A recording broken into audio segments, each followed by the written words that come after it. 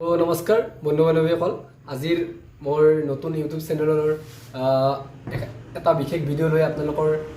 মাজত আশা কৰোঁ আপোনালোকৰ সকলোৰে ভাল মোৰ আজি এটা বিশেষ ভিডিঅ' লৈ এই ভিডিঅ'টোত আপোনালোকে গম পাব আমাৰ 2026 বৰ্ষৰ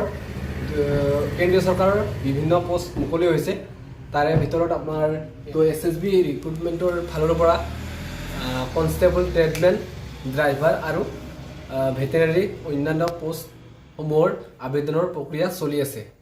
ইতিমধ্যে আবেদন প্ৰক্ৰিয়া আৰম্ভ হৈ গৈছে গতিকে আপোনালোকে আৰু আবেদনৰ অন্তিম তাৰিখ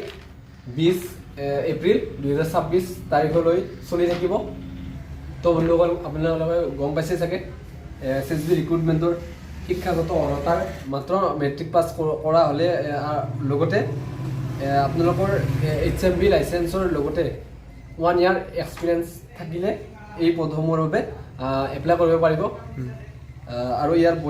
বয়স হৈছে 18ৰ পৰা 27 বছৰলৈ এপ্লাই কৰিব পাৰিব তো বন্ধুসকল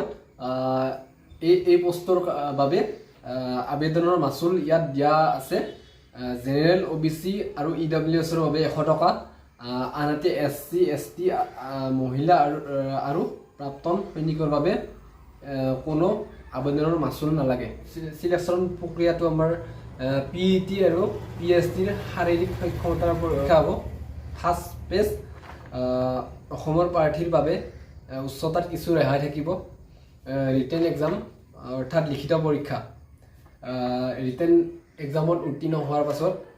স্কিল টেষ্ট লগতে ট্ৰেড টেষ্ট স্কিল টেষ্ট লগতে ডকুমেণ্টছ ভেৰিফিকেশ্যনৰ